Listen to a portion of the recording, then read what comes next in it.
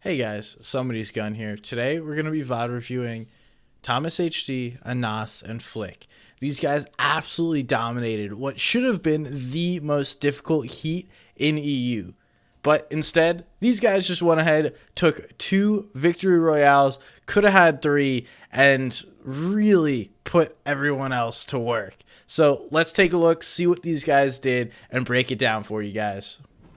So this trio lands at Dirty Docks, and all 6 games they had it uncontested. There was one match where players came in, and I had to guess that they had a bounty on these players because they sat in Dirty while Storm was coming, and it was only 2 players walking in, likely going for the reboot, but there's no way they would have known without a bounty those players were coming into Dirty Docks. Anyway, look at their loadouts. This is a typical loadout. So purple AR, purple shotgun, sniper on Th0masHD, and then 3 heals or a P90 on Anas.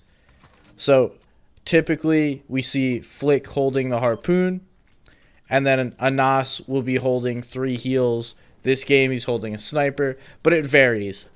Almost every game though, they're leaving this POI with a purple AR and a purple shotgun on every single player. I believe twice they had to leave with a blue AR on one of the players. I know it's terrible, but I think they got through it.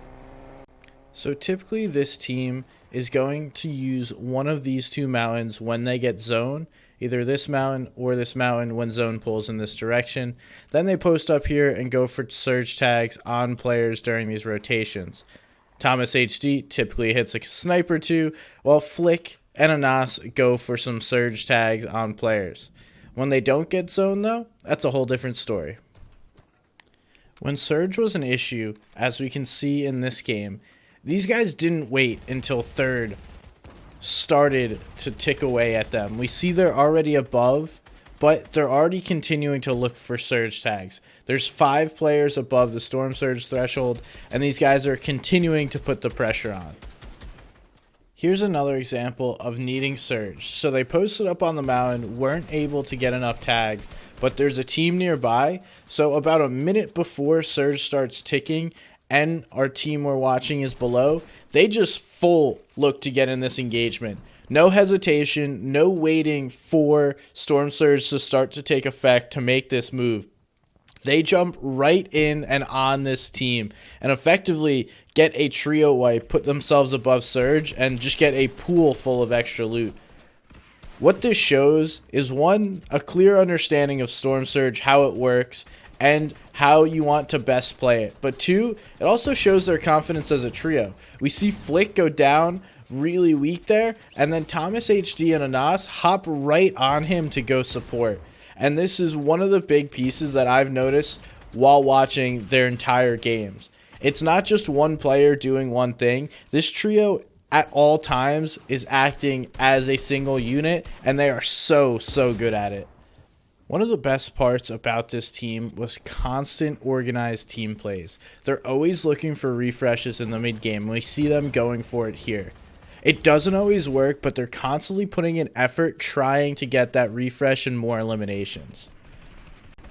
Here's another example of a coordinated team play. They all jump in with their shotguns, spray through this wall quickly, and just surprise the heck out of this team. They had little to no shot. They only get one of the eliminations, but nonetheless, these refreshes are huge. To be able to have those trio plays together and consistently do them is such a big piece of their game, and now why we could see they're dropping 15, 13, 26 eliminations in Heat 4. I could show you guys these elim and refresh plays all day, but honestly, here's going to be one of my favorites. So these guys are looking at height, trying to weaken the high ground. Doesn't work out for them, so they have to drop down. Nonetheless, it's always time to be looking for elims and refreshes, and what Anas does here is perfectly cut off a trio, grab their top, and they have little to no information, just walk right into a box with their full top open, and this is a free refresh. Again, so consistent with these refreshes in the end game. Another key to their success is going to be clean tarps. They're always doing a full tarp when possible. Occasionally, they will ramp tarp to save materials, but it is not necessary.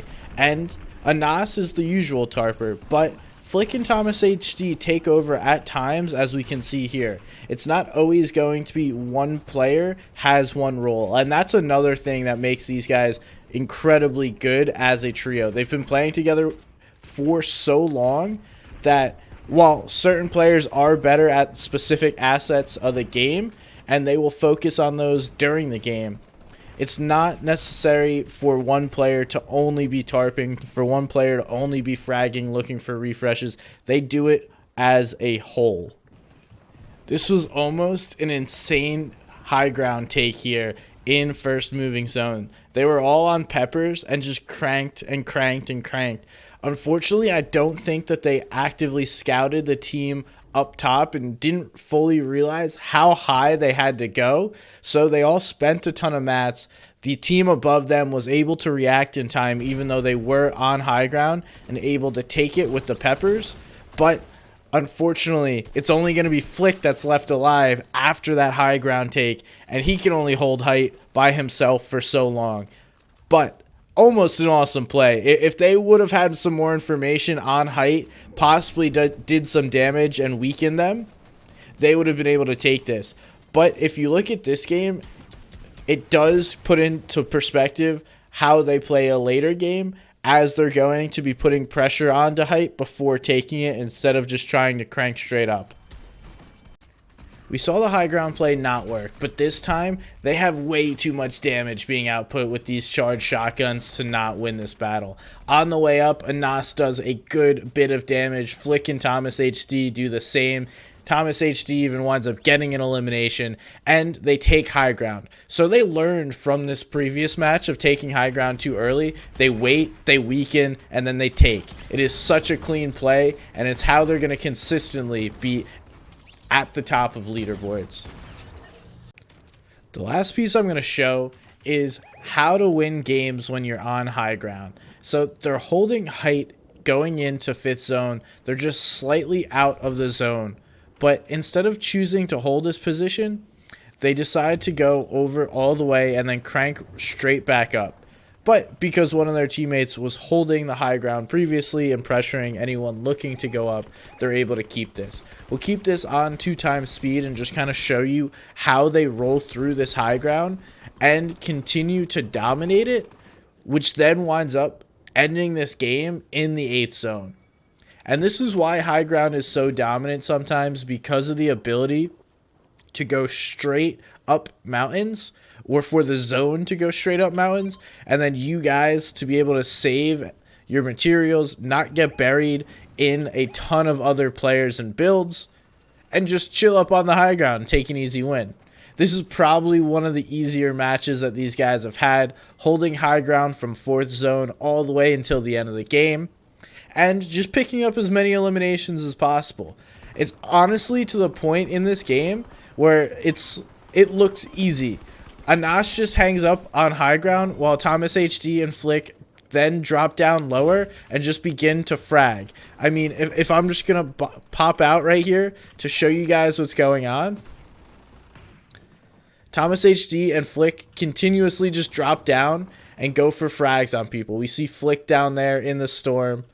Anas is going to be the one. He's the safeguard, right? He's chilling up on high ground. Flikk, Th0masHD going for those more elimination points and kind of just showing off on the lobby, showing everyone what's good here. But this game is now going to end in the 8th zone because of it going up this mountain, through the side of the mountain. Everyone had to spend their builds, got buried. These guys just managed to hang up on top and collect a clean, cool victory royale. From here on out, man, it was just the ball was rolling down the hill, and they just kept on rolling.